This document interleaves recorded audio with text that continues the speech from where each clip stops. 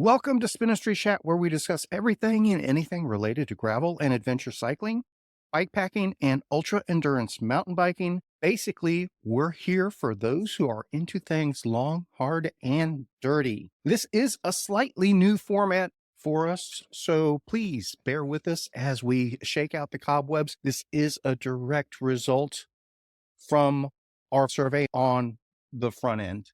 A lot of the responses we got back from the survey definitely identified some gaps that need to be cared for from the adventure cycling and bike packing and gravel things. And they're things we think we can care for some ourselves and help along that. I'm quite certain that anyone that listens to this podcast will be able to come up with some ideas of their own. But there's some fundamental stuff that we want to touch on just to make sure everybody's on the same page. Gravel and adventure cycling, bike packing, ultra endurance mountain biking. There's some fundamental stuff in the mix that we want to make sure everyone's on the same page. I think of these as gravel and bike packing minimum capabilities, at least from a Spinistry perspective. That's one of the beautiful things about gravel and adventure cycling. There's a gazillion ways to do this. None of them are wrong. None of them are right. What I'm presenting is the way we put our events and get-togethers together. This is some basic stuff to be cognizant of. First off, be flexible. These are adventure rides. By our definition, it's not an adventure until something goes wrong. You have to be fit enough and knowledgeable enough to overcome adversity. And quite frankly, we are not ride nannies. These are not fully supported, spoon-fed, fully catered, fully pampered rides that cost thousands of dollars. Spinistry adventures range from free to extremely low cost, and you're going to get much more than your money's worth from them. That's our ultimate goal. Another thing that's really important, you have to already have established some basic fitness. These are not intended to be beginner rides to try out your first century or 100-miler if you've never ridden anything of that distance. Same applies for our shorter routes. You need to be at least basically trained up to do 3 to 4 hours at a continuous endurance pace. As your fitness increases, that 3 to 4 hours will become a longer and longer distance for you. You need to have basic mechanical ability, or at least have a dedicated partner to help you with those basic mechanical shortfalls.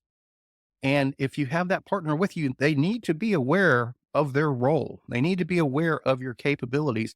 Don't just tag along with somebody with the assumption, if I have a mechanical, this person will help me out. Make sure they're up to speed on what you're capable of, or more importantly, not capable of.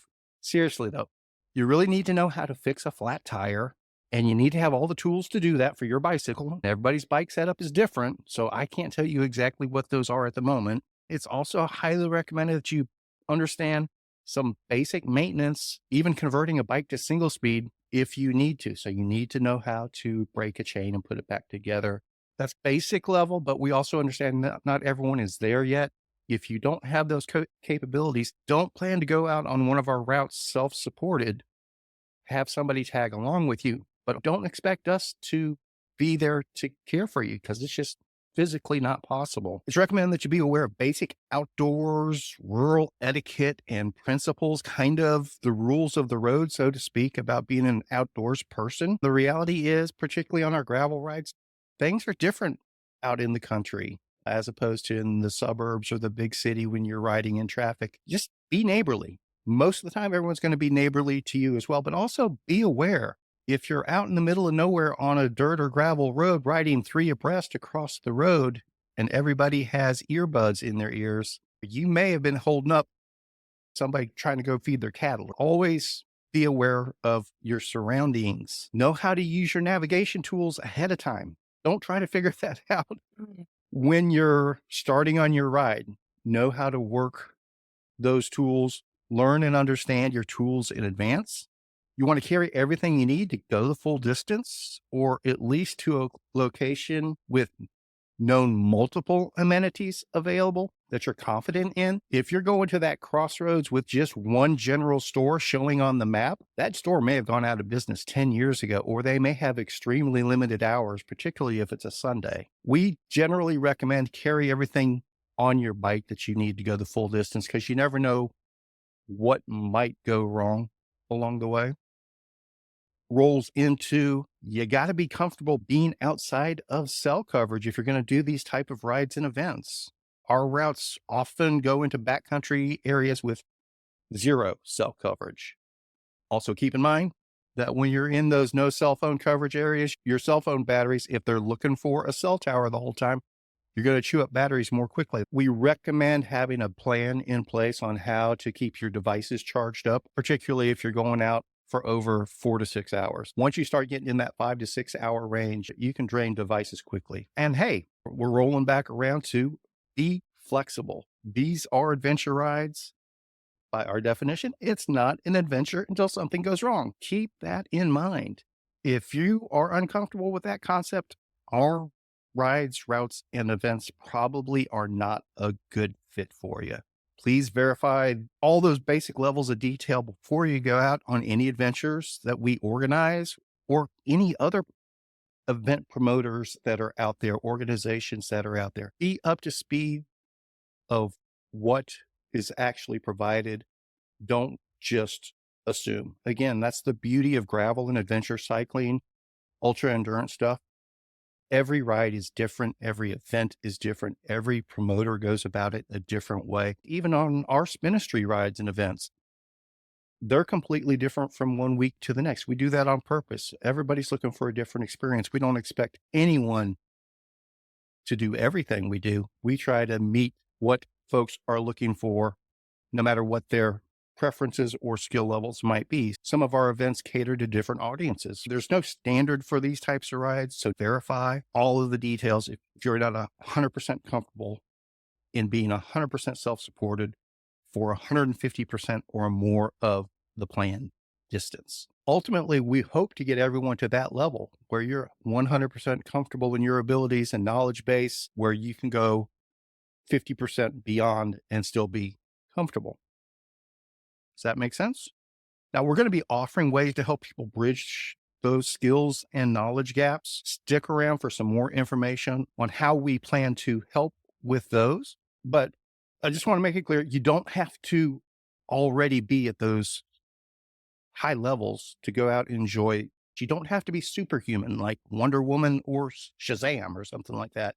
You don't need to be Grizzly Adams and an outdoors survivalist or anything like that. And you don't have to be MacGyver. Most everyone's somewhere in that middle range, and we want to help you get those middle skills and experience levels to a higher level to make you a stronger and more prepared rider. The reality is it just isn't viable for us to host true beginner rides and clinics. Realistically, every beginner is coming from a different level of beginner. You need to sort out for yourself what it takes for you to build up those basic skills and that knowledge base. We're happy to help with that. Going forward, we will be posting videos and podcasts that will help with basic skill building and even higher than basic. We welcome your feedback on where to start with that content. We encourage folks to search out events and organizations who specialize in those beginner events and get-togethers. If that's what you're needing, there's people providing that. Whenever they come to our attention, we will share that information. We just don't have the bandwidth, manpower, or resources to care for a true beginner clinic. Maybe somewhere down the road, we will be able to help more along those lines. It's just not something that's in our quiver at the moment. Each month, we're going to be hosting in-person events that give riders of almost every skill level the opportunity to build their experience and knowledge basics. These gatherings are meant to be completely inclusive. They're going to lean heavily on group mentorship and basically crowdsourced educational opportunities. We expect the people that do have more experience and skills to share that knowledge with people that are coming up. Now, please keep in mind that we all learn along the way from every trip we set out upon and the obstacles we overcome during those trips. We just never stop learning.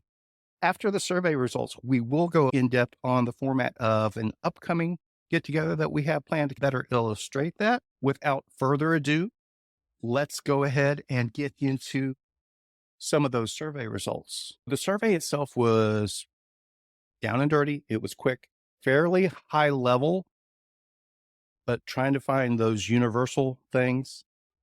We did have one open-ended question at the end to get random feedback. That was enlightening. We'll touch on some of those responses that help us define where we're going forward and why we're putting this content together and the way we're going to structure some of our events. I really want to start with question one. This was extremely exciting to me. This was a big deal, and I'll talk about that a little bit more in depth shortly. Here's the question. How likely are you to go bikepacking between now and the end of the year? And the response options were very likely, somewhat likely, unlikely, and the actual response rate was 49.61%. Let's call that 50%, very likely, 43.31%, somewhat likely, 6.30% unlikely, and not a chance. There was one random response. This is super exciting for me, and let me explain why. Basically, for lack of a better term, the very likely and the unlikely ratios have flip-flopped in the past couple years. A lot of people are going to go, Kevin, this is people that were filling out a survey for bikepacking, so obviously they're bikepackers. That hasn't been the case for the past few years. There was definitely an interest in bikepacking, and people were getting up to speed on it, building some knowledge or getting familiar with it. A lot of folks weren't actually doing it. It was probably in the 10 to 20% range when we did this survey a while back. And most people were unlikely to do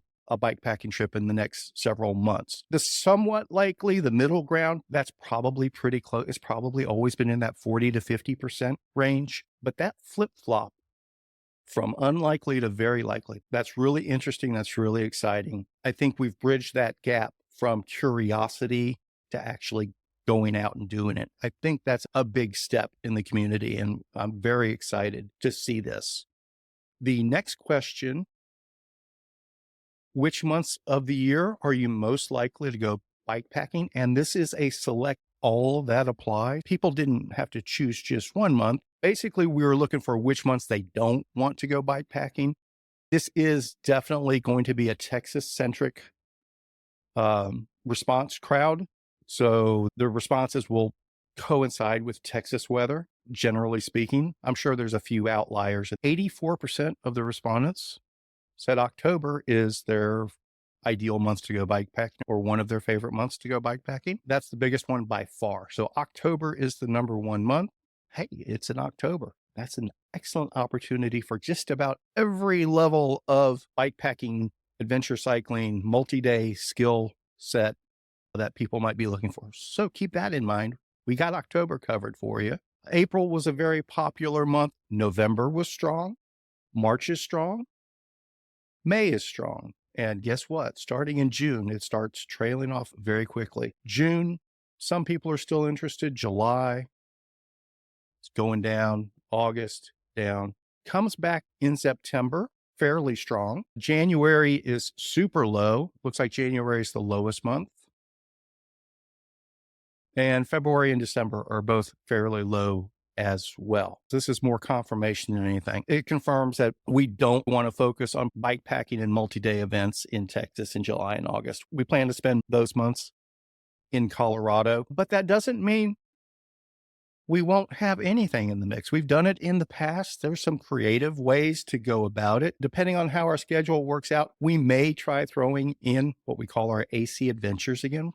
We'll talk about that down the road if it's applicable, but there are ways you can make it work in the heat of summer. We'll just leave it at that, even in Texas. The next question, how many nights do you prefer to camp or overnight when bikepacking? And I'll be honest with you, after I got these responses, I need some clarification from y'all on that. So please do leave it in the comments, send us an email. When we're hanging out at an event afterwards, having some beer or barbecue or whatever, sitting around the campfire or whatever, let's chat about it. I do need some clarification on this, but let's go over the results first. The options were 1 night, 2 nights, 3 nights, or other. 2 nights is by far the largest response rate, 48%. 1 night, 24%. So overnight trips make sense for a lot of people. 3 nights was fairly low, 11.81%. And then the other one, I think it's a lot of people that didn't, well, I guess 19 said other, but I glanced at those responses and I don't think they read the question properly. We'll just leave it at that. Nobody said, oh, I like to overnight for 20 days on end. We all recognize there are big trips that may go on for 5, 10, 20 days, maybe even longer. But generally speaking, most people are looking at a weekend's adventure of some sort. Now, here's where I need clarification. I see a little bit of misalignment in other anecdotal feedback I've received over the years. The response here is most people are looking for 2 nights of camping, 2 overnights when they're on a bike packing or multi-day trip.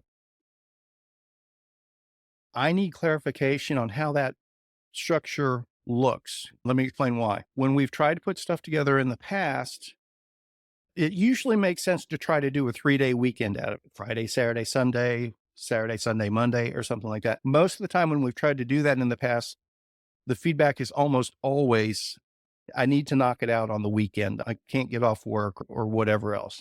The way I look at it, that's a 1 night overnight. Park somewhere, take off Saturday morning, camp Saturday night, return to that spot somehow Sunday. If people are saying, hey, I want to get there Friday night and camp and then roll out, and that makes it 2 nights, okay.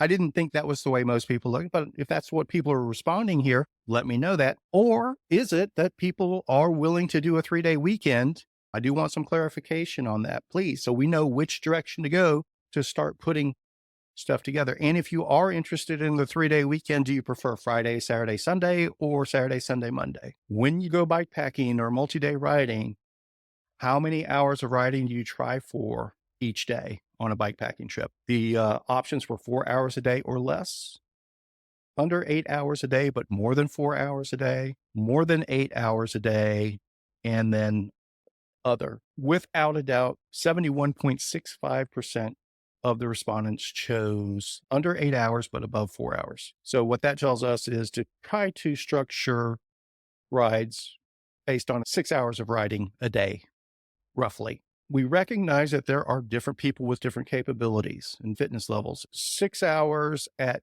10 miles an hour is 60 miles. 6 hours at 20 miles an hour is 120 miles. The idea is for us to build different riding options, different loops, different routes based on those types of different levels of capability, based on an average speed, roughly speaking. But again, it's not a black and white thing. It's shades of gray and it's going to adjust. But look at it from that perspective when choosing your route. We don't recommend choosing the 100-mile-a-day route if you only average 10 miles an hour. That doesn't leave a lot of wiggle room for something to go wrong. You may overdo things where you're not up to riding on day 2, for example. But that's a very basic outline of how we'll be looking at doing some of the structure going forward on these events. And then our question 5, that's an open question. How could we be most helpful for your bike packing adventures? And I'm just going to touch on a few that kind of cover the generalities. There was a lot of commonality in the responses that was quite frankly a little eye-opening for us. It made it clear we need to do a better job of communicating what we do, how we do it, and things like that. It's something I want to try. So planned route and camp support will be helpful. We definitely do those things. Not every ride with the camp support, but we do occasionally offer supported rides and semi-supported rides and things like that. Planned routes. We have over 1,700 routes in our Spinistry routes library, and we can fashion custom routes based on almost any requirement. The next one, provide routes and points of interest with GPX download for solo and events around the big state of Texas. So there is a social element to it. Hey, that's right up our alley of what we do already. If that's not clearly obvious to everyone, we need to do a better job of sharing that. Share routes, camping spots, gear. Routes and camping spots are a big part of what we do. We do have a stock of bike packing bags, gear, and assorted odds and ends. If you're a little bit short on your pack out, we can possibly make arrangements to get some to you. We do organized routes and stops. And when it's 100% unsupported, we definitely let you know. But going back to what we were talking about earlier, don't just assume that an event, just because maybe we did one event that worked one way, don't assume the next event works that same way. Read the details. You'll be shocked how many people will send out an email notice, say, hey, check out this event we're doing, with a link to the event page, and all the important details are right there in the first paragraph. And the number of people that just send a reply, well, what time does it start? Where is it? What day is it? That's all right there on that link. Please digest that information. If it's not clear on the page or we don't do a good job of explaining it, we'll address that. If you say, hey, I looked for this on the page, didn't see it. Oh, okay. Maybe I forgot to put that in there, or maybe it needs to be better organized. Would love to join some organized trips to try new routes and meet new people. And yes, we do that already. Now, what I'll be doing going forward is we had 64 people that gave these individual open question responses, and there was a lot of good information, a tremendous amount of fantastic feedback. And we're going to actually use those responses to help drive this content going forward. Other videos, trainings, build events around some of the feedback. So thank you for getting that information back to us. Thanks for joining us.